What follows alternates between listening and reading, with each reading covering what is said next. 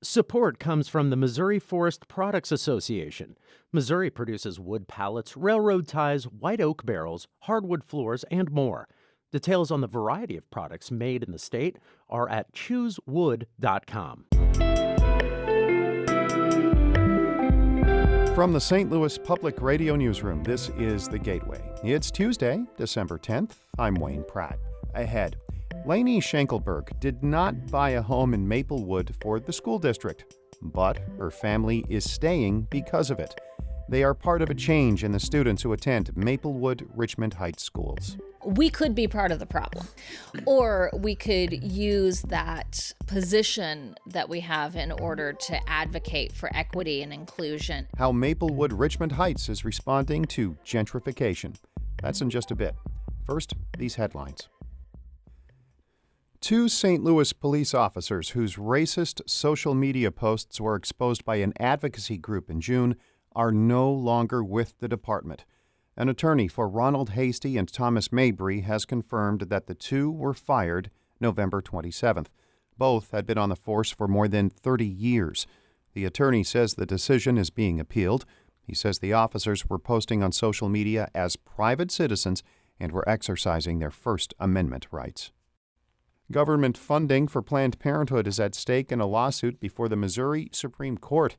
State attorneys today will ask judges to back the Republican-led legislature's decision to block funding from going to Planned Parenthood clinics.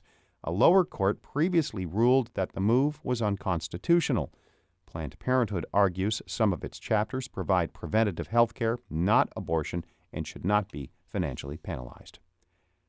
The U.S. Forest Service is putting an end to open season on feral hogs in the Mark Twain National Forest. St. Louis Public Radio's Jonathan Ahl reports the department believes trapping is a better method to control the species. Feral hogs are ruining land and threatening native plants and animals across the Ozarks. Cody Norris is a spokesperson for the forest.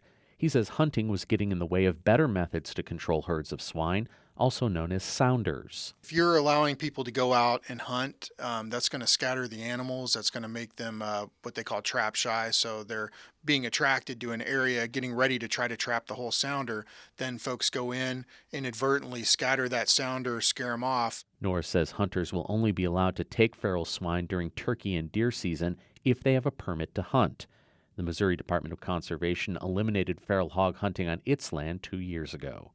In Rolla, I'm Jonathan Ahl, St. Louis Public Radio. A new weekly tour in East St. Louis aims to highlight its cultural and historic ties to the fine arts. St. Louis Public Radio's Eric Schmid reports the historic jazz and poetry excursion takes guests to 3 well-known spots in the city. The tour starts at the Culture Cafe, then goes to Miles Davis's childhood home, and ends at the local Legends Listening Lounge. Attendees learn about Miles Davis and the history and impact of jazz in the region.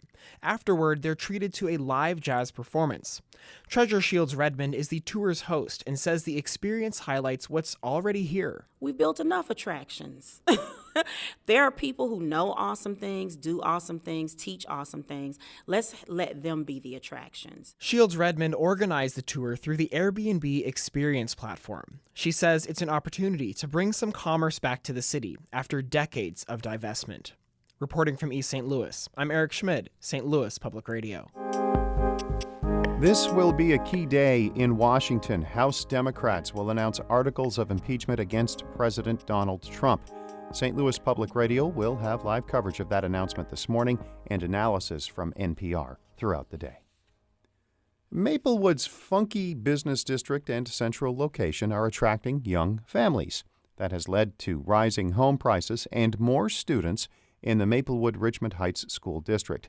The district has become whiter and wealthier as the area experiences gentrification. St. Louis Public Radio's Ryan Delaney reports on how families and administrators are grappling with the growing pains. Lainey Schenkelberg didn't buy this house in Maplewood with the intention of raising a family in it.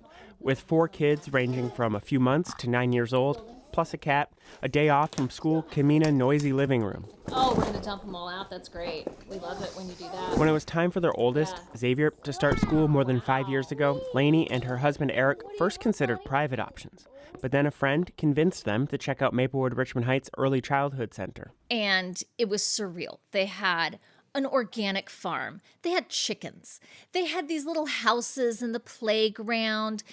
The campus was phenomenal. Enrolling Xavier was easy. Getting their third child into pre-K required standing in line early in the morning. Despite their crowded living room here and the full preschool nearby, the Schenkelbergs love the community and their neighborhood full of other young families. We actually considered moving a few years ago because we're running out of space with all of these children, and we've decided we like Maplewood so much that we're just going to put an addition on this house and stay where we are. Families all over Maplewood are making those same decisions. They're buying houses, putting on additions, and sending their kids to the public school district. Enrollment in MRH has been rising for 14 years after more than a decade of smaller and smaller classes. It follows a steady improvement in the district's academics since the early 2000s. Superintendent Karen Hall didn't anticipate such large class size increases in her small district when she began 8 years ago. It's a unique position to be in where you're growing. And it's like, well, you have to be concerned. Yeah, but, it's gentrification on one side of the coin. And on the other side of the coin is urban renewal, depending upon who you talk to and what they think about. MRH's student body has been a mix of white and minority students for decades. But more and more new students filling desks are white, and even more so, they're wealthier. The number of kids who qualify for free or reduced lunch, a metric of poverty in schools, has stayed mostly steady for 2 decades, but they're now a smaller percentage of MRH students.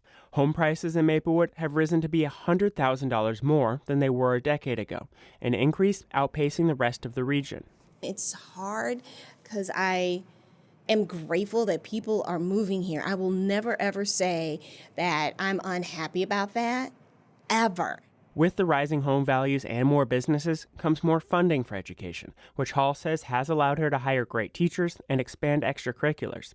Hall and school board members know that same revitalization that's adding more funding for schools is also straining some longtime residents. Linda Robinson graduated from MRH High School in 1987. Her daughter attended magnet and private schools in the city before eventually graduating from MRH. Now Robinson's granddaughter is a 6th grader in the district. The 3 of them share a 2-bedroom apartment behind the Schlafly Brewery with boxes stacked in corners of the living room. I'm like, that's fine. Because at the end of the day, my granddaughter's going to Maplewood School District, and that's what matters. Her daughter is hoping to move out next year, but Robinson says it'll be a challenge to find an affordable place. Even though we have nice apartments in Maplewood and Richmond Heights, a 2-bedroom could start off at $1,200 a month.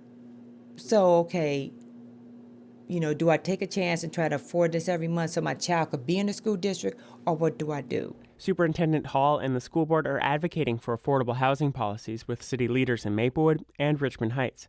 Gentrification is on the minds of young parents in the district as well. Like many of the families moving to Maplewood, progressive policies and the diversity of the district was another big draw for the Schenkelbergs. I think that we are mindful that, we could be part of the problem, or we could use that, position that we have in order to advocate for equity and inclusion and make sure that we are doing everything that we can to help maintain equity throughout the district.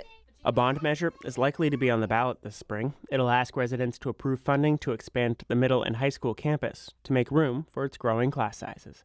I'm Ryan Delaney, St. Louis Public Radio. Our Maria Altman edited that report. Shula Newman is the executive editor of St. Louis Public Radio. Music by Ryan McNeely of Adult Fur. I'm Wayne Pratt from the St. Louis Public Radio Newsroom. This has been The Gateway.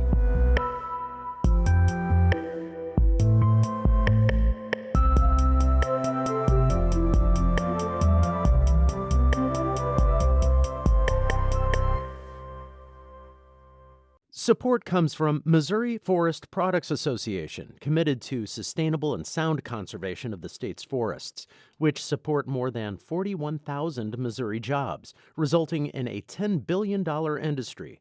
ChooseWood.com.